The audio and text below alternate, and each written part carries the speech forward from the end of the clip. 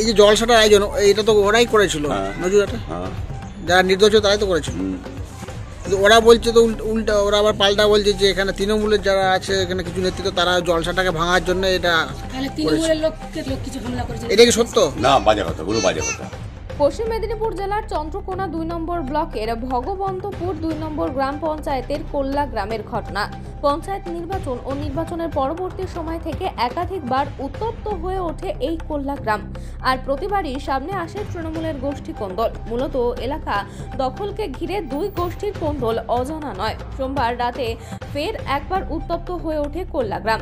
রাতে গ্রামে ব্যাপক বোমাবাজির ঘটনা ঘটে বলে জানা যায়। আর এই বোমাবাজির ঘটনায় ফের প্রকাশ্য এলাকার দখলকে ঘিরে দুই গোষ্ঠীর কোন্দল। জানা যায় পঞ্চায়েত নির্বাচনকে কেন্দ্র করে তৃণমূলের দুই গোষ্ঠী বিভক্ত হয়ে যায়। এক পক্ষ টিকিট না পাওয়ায় আম চিহ্নে নির্দল হয়ে দাঁড়িয়ে জয় লাভ করে, পরে তাদের দলেও ফিরিয়ে না হয়।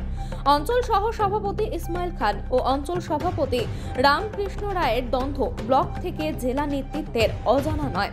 আম চিহ্নে জয়ী হয়ে তৃণমূলে যোগ দেওয়া কোল্লা নেতাদের দাবি এলাকায় জলসা হচ্ছিল। তৃণমূলের বুথ সভাপতি জিয়াউর রহমানের অনুগামীরা বোমাবাজি করেছে। আর এই জিয়াউর রহমান অঞ্চল সভাপতির অনুগামী বলে পরিচিত। বুথ তৃণমূলের সভাপতি জিয়াউর রহমানের অনুগামী কোল্লা বুথের যুব সভাপতি আব্বাস উদ্দিন খানের দাবি আম চিহ্নে জয়ী হওয়া বর্তমানে যুব তৃণমূল কর্মীরাই এলাকায় বোমাবাজি করছে এলাকার রাশ নিজেদের হাতে রাখার জন্য। তবে যাই হোক, সাত সকালে এলাকার বিভিন্ন জায়গায় বোমা ছড়িয়ে থাকার ঘটনায় আতঙ্কিত এলাকার মানুষজন। যদিও ব্লক তৃণমূল সভাপতি হীরালাল ঘোষ অবশ্যই গোষ্ঠী কোন্দলের বিষয়টি এড়িয়ে গিয়ে বলেন পুলিশ প্রশাসন এর জন্য যথেষ্ট ব্যবস্থা গ্রহণ করবে। পার্টি টিএমসি পার্টি, আম পার্টি আর টিএমসি পার্টি। কিন্তু আম পার্টি যারা ছিল, যারা নির্দল বলছেন, তারা তো তৃণমূলে যোগদান করেছে বলছে। যোগদান তো করেনি, অত পার্টিগত ডিক্লেয়ার হয়েছে না হয়নি জানিনি, বলতে পারবো নি, বুঝতে পারছো। কিন্তু উভয়ের মধ্যে বিবাদ রয়ে গেছে, বিবাদে রয়ে গেছে, বিবাদে ছাড়ছেনি। কালকে জলসা হচ্ছিল, জানে জলসা কোনো গন্ডগোল হবে না, যে যারা শুয়ে ফেলেছে। যেমন রাত্রি 12টার সময় হঠাৎ করে এসে আমার ঘরে পড়তে গেল, বোম পড়তে গেল, ব্যাপক বোমবাজি হয়েছে। হ্যাঁ, ব্যাপক। এটা কারা করেছে?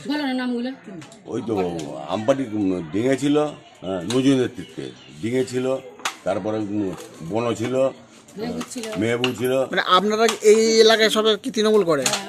হ্যাঁ, তৃণমূল করে। এই যে জলসাটার আয়োজন এটা তো ওরাই করেছিল, নজরুলটা যারা নির্দোষ তারাই তো করেছিল। কিন্তু ওরা বলছে তো উল্টা, ওরা আবার পাল্টা বলছে যে এখানে তৃণমূলের যারা আছে এখানে কিছু নেতৃত্ব তারা জলসাটাকে ভাঙার জন্য এটা এটা কি সত্য? না, বাজে কথা, ওগুলো বাজে কথা, ওগুলোর ছক, ওইটা ফলস ছক, মিথ্যা ছাড়া এটি ছক আর কি, যে জলসার উপরে আক্রমণ করছে মুখ করে মানুষকে ভাবিয়ে করে, মানে যে নিজেদের মধ্যে গন্ডগোল, রাজনৈতিক কি? আপনার নাম? আপনার নাম? আমার নাম আসানুল্লাহ খান। গন্ডগোল হয়েছে, কালকে জলসা চলছিল পূর্ব পাড়াতে, যে যার জলসা শুনতে গেছে, অনেকেই আমাদের সব গেছে, ওখান থেকে ঘুরে এসে সব যে যার শুয়ে পড়েছে, ঘুমাচ্ছে। হঠাৎ করেই মাঝরাতে দেখছি বম গুলির আওয়াজ। আমরা তো ঘর থেকে দিকে উঠেছি, হ্যাঁ কী ব্যাপার, হ্যাঁ এই সবগুলা করেছে। কালকে ইসমাইল খানের শুনছি নাকি নির্বাচন কমিটির চেয়ারপারসন করছে, সেই সুরসুরিতে মহেশপুর থেকে কিছু লোক নিয়েছে, হ্যাঁ এই সবগুলা করেছে।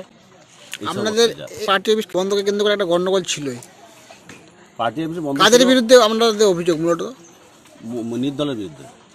তারা তো তৃণমূলে জয়েন করেছে বলছে। জয়েন করেছে, কিন্তু আমাদের যে কল্যাণ বুথ সভাতে আমাদের বুথের সঙ্গে কোনো যোগাযোগ করেনি। আমরা পার্টি অফিস খুলেছি, পার্টি অফিসে আমাদের কার্যকলাপ চলছে।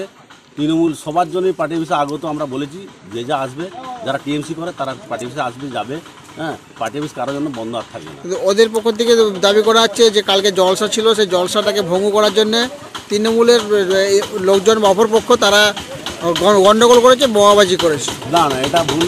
হ্যাঁ, আমরা কোনোদিন ধর্মীয় অনুষ্ঠানে কোনোদিন আমরা, এটা আমাদেরও তো ধর্মীয় অনুষ্ঠান, আমরা কোনোদিন এসব কাজ করিনি। আপনারা বলছে ওরাই ওই গন্ডগোলটা করেছে? ওরাই করেছে গন্ডগোলটা, বাইরে থেকে লোক নিয়ে সেটা করেছে।